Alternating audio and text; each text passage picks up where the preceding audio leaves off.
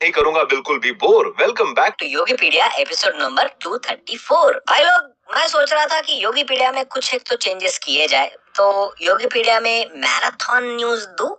मतलब क्या बोलते हो? योगीपीडिया में सेक्शंस बना लूं, लाइक बॉलीवुड, हॉलीवुड, साउथ, ऐसा कुछ, या जैसे चल रहा है वैसा चलने दूं? कमेंट में आज मुझे कुछ सजेशंस देना, जिसको हाईएस्ट लाइक होंगे उसको मैं जरूर ट्राई करूंगा फॉलो करने का। खैर, वेल हेलो, ने अपने नाम के अकॉर्डिंग तमिलनाडु में भारी विजय प्राप्त की। अब थलापति सीएम बनते हैं कि नहीं ये तो पता नहीं है, पर अब जननायकन का रास्ता बहुत क्लियर दिख रहा है मुझे। करंट गवर्नमेंट ने उनकी इस मूवी को बहुत रोकने की कोशिश की, तो थलापति ने गवर्नमेंट ही अपनी बना ली। यार, ये स्टोरी भी किसी फिल्म से कम नहीं लग रही है। पूजा हेगड़े का ये वीडियो भी इलेक्शन रिजल्ट के बाद बड़ा ही वायरल हो रहा है, जहां वो ऑलरेडी इलेक्शन का रिजल्ट प्रेडिक्ट कर रही है। खैर, उनकी इस जीत को सेलिब्रेट करने एंड उनको कांग्रेचुलेट करते हुए बहुत से ट्वीट्स भी आए। बहुत बड़े बड़े एक्टर्स ने उनको बधाइयां दी। वहीं प्रकाश राज बोले, यार कुछ तो बोले वो, जिसका ट्रांसलेशन ये है कि वो इससे भी खुश नहीं है कि कोई अपने फैंडम से जीता है। इनको हो क्या गया भाई,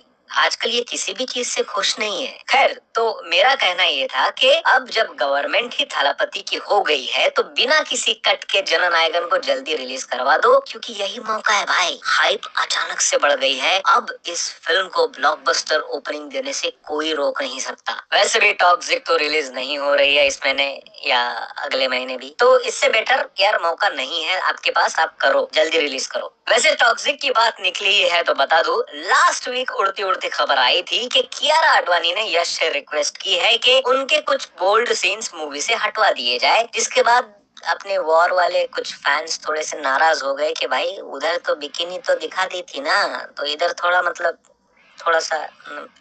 एनीवेज, बट उनके लिए एक अच्छी न्यूज ये है कि खुद कियारा आडवाणी ने पोस्ट डालकर कंफर्म किया कि this news is absolute nonsense. यानी कि कियारा ने ऐसी कोई भी रिक्वेस्ट नहीं की है फॉर एनी सीन रिमूवल, जिसके बाद कियारा के फैंस में खुशी की लहर दौड़ उठी है। वैसे जिस तरह से टॉक्सिक भी डीले होते जा रही है, इसके भी लीक होने का खतरा बढ़ते जा रहा है। एक्चुअली मैं नहीं चाहता कि ऐसा कुछ भी हो, लेकिन भाई लीक करने वाला तो लीक कर ही देता है। अब देखो, लास्ट टाइम किंग के कुछ फोटोज एंड वीडियोस लीक हुए थे। सिद्धार्थ आनंद ने पोस्ट डाल के कहा भी था कि यार ऐसे लीक्स वगैरह मत करो वगैरह वगैरह, लेकिन स्टिल अब कुछ न्यू लीक सामने आए हैं, जिसमें किंग खान एंड दीपिका पादुकोण बीच पे शूट करते हुए नजर आ रहे हैं। हालांकि मैंने तो सिर्फ एक ही ग्लिम्स ही दिखाया है आपको, लेकिन इसके अच्छे खासे वीडियोस इंटरनेट पर ऑलरेडी घूम रहे हैं भाई।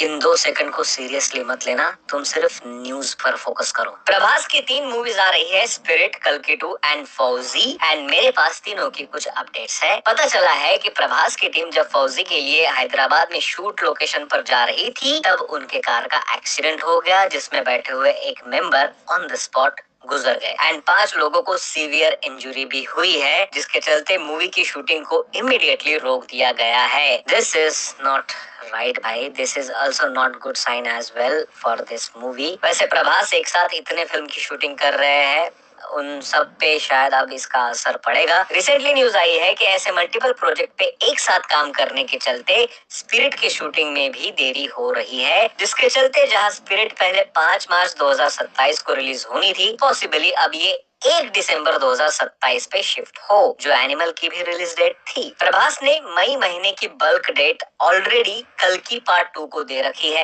हैदराबाद के आउटस्कर्ट्स एरिया में ऑलरेडी इसके बड़े बड़े सेट्स बन चुके हैं, जिसकी शूटिंग में अब प्रभास लगे हुए हैं। इधर सलमान खान भी अपनी नई मूवी को लेकर चर्चा में है। रिपोर्ट्स के अकॉर्डिंग वामसी के साथ वाली उनकी नई फिल्म में विलन के रोल में शायद हमें फहाद फासिल या अक्षय खन्ना देखने मिल सकते हैं। सुनने में आ रहा है कि राज एंड डीके के साथ वाली सुपर हीरो फिल्म में भी करीना कपूर को लिया जा सकता है एज फीमेल लीड। भाई सुपर हीरो तो करीना भी सुपर हीरो से कम थोड़ी ही है। वैसे ऐसा ही एक सुपर हॉरर फिल्म का ट्रेलर देखा मैंने, जिसको देख के लिटरली मैं घबरा गया। एआई का इतना घटिया यूज मैंने, यार क्या बोलूं मैं यार। हॉन्टेड 3D का ट्रेलर आया एंड भाई साहब मेरे गूज़बम्प को लकवा मार गया भाई। इसको मैं अगर यार इससे ज्यादा एक्सप्लेन करूँ ना, तो मैं बस इतना ही कहूंगा